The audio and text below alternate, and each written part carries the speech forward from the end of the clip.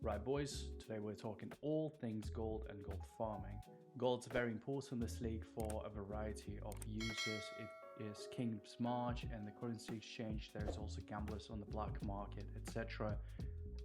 Some people use a lot of it, some people use less of it, but everyone uses gold and needs it. So I want to discuss a few things, which are what matters for farming gold, how to get it, and the available strats we have, as well as discussing, in my opinion, what's worth doing, what's not worth doing, because we do have quite a variety in the gold farming ways this league. And also I want to discuss magic point because there's some misconceptions about that this league, and invite potentially some discussion, which is very nice to have as well. Now, the first way that we know about that the gold can be obtained is the raw drops from the mobs. What this means is whenever you kill a monster, it's going to drop you some gold. A regular white monster is going to drop less gold than a rare one, who's going to drop less gold than the boss. We know as well that these likely scale with item quantity increases on the map. These most likely don't scale with increased item rarity or map rarity, because there's no clear way how rarity would really affect this amount of gold. But the quantity, I think it makes sense, so the item quantity likely affects this. We also know that native monsters on the maps are better for gold drops than monsters added from extra content, so that's an important thing to note. Second way that the gold can be obtained, and this is a very important way, is through equipment conversion. And people have noticed this since the early days of the league, that actually there's fewer drops that you get this league than you got last league, and most likely these have come from gold. Since that speculation, the people have confirmed that this is the case, and we have 3 monster reward modifiers that affect this conversion. It is the monster equipment drops converted to gold percentage, rare monster equipment drops converted to gold percentage, and uniques. So basically the equipment gets converted to gold, and then there is some extra modifiers for converting the rare and unique equipment too. What we also know is that the higher rarity equipment that drops, the more gold you get from it. Which means that boosting item rarity for either the map rarity or magic find on your gear is extremely beneficial for farming gold. This has been tested and confirmed by YouTubers such as Captain Lines 9. He has made a video testing reduced item rarity versus regular item rarity versus increased, and has discovered drastic changes in how much gold you get depending on the rarity on your gear. This also means that there's some strats this league that take Atlas Keystones that basically convert all the quantity to rarity, and then if you also force the monster reward modifiers to appear more often through special scarabs, for example, then you can actually notice that you will still get a lot of gold per map, even though the quantity is very drastically reduced. So this is a very important point, because there's a lot of misconception. Perhaps the rarity might not affect gold drops. It does affect gold drops. This has been tested and confirmed.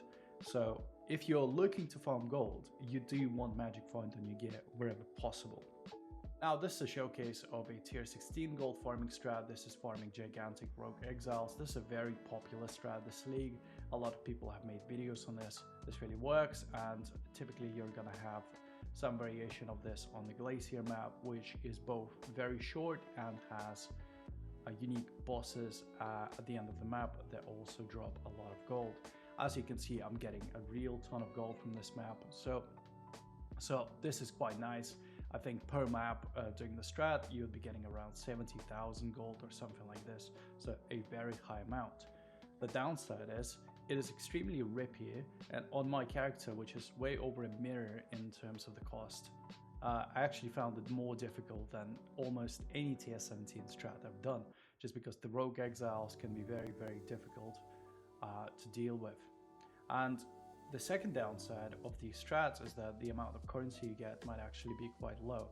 The rogue exiles, I really don't like farming those for currency for sure. They tend to be very inconsistent with the loot they got. I don't really think this is worth for the profit. In this particular map, I've got quite a lot of drops, but there's also a lot of maps where I get like literally nothing but gold, so that's a bit suboptimal as well. Now the main benefit of Glacier is once you get to the end arena, you get these mini bosses, and they're all uniques and they drop a ton of gold. Around 20,000 per map just comes from these alone, which is a pretty high amount. Now, in T17s, there's quite a lot of strats that can net you a lot of gold an hour, just because the quantity and rarity of the map is higher, and also the eye level is a bit higher. So this showcased is the one I've been using with the Radiant Storms and the Wisps.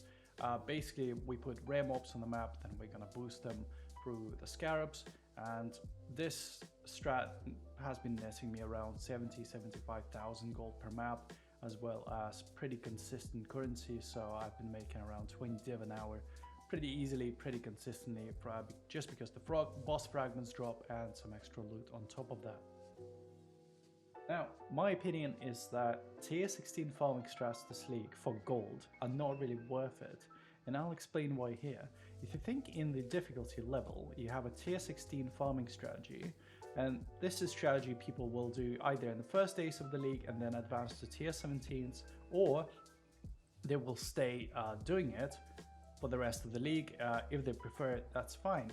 And then you have the tier 17 farming strats, so this is the more high-end content. The difficulty increases the further down you go here, and as well as the rewards increase the further down you go here. But if you now think about tier 16 gold farming strats, they actually probably belong in this little spot, because they actually tend to be harder. You tend to add a gigantic rogue exiles and juice them with titanic scarabs, or you tend to add a beast perhaps on there. Anyways, they actually tend to be rippier than a lot of tier 17 farming strategies. At least in my mirror tier character, they're harder to do than just straight up farming tier 17s. So the difficulty keeps going here and keeps increasing further, but the actual rewards, they actually just stay here.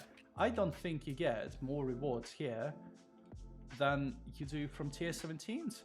As a matter of fact, we know that you don't profit more currency farming gold in tier 16s for sure.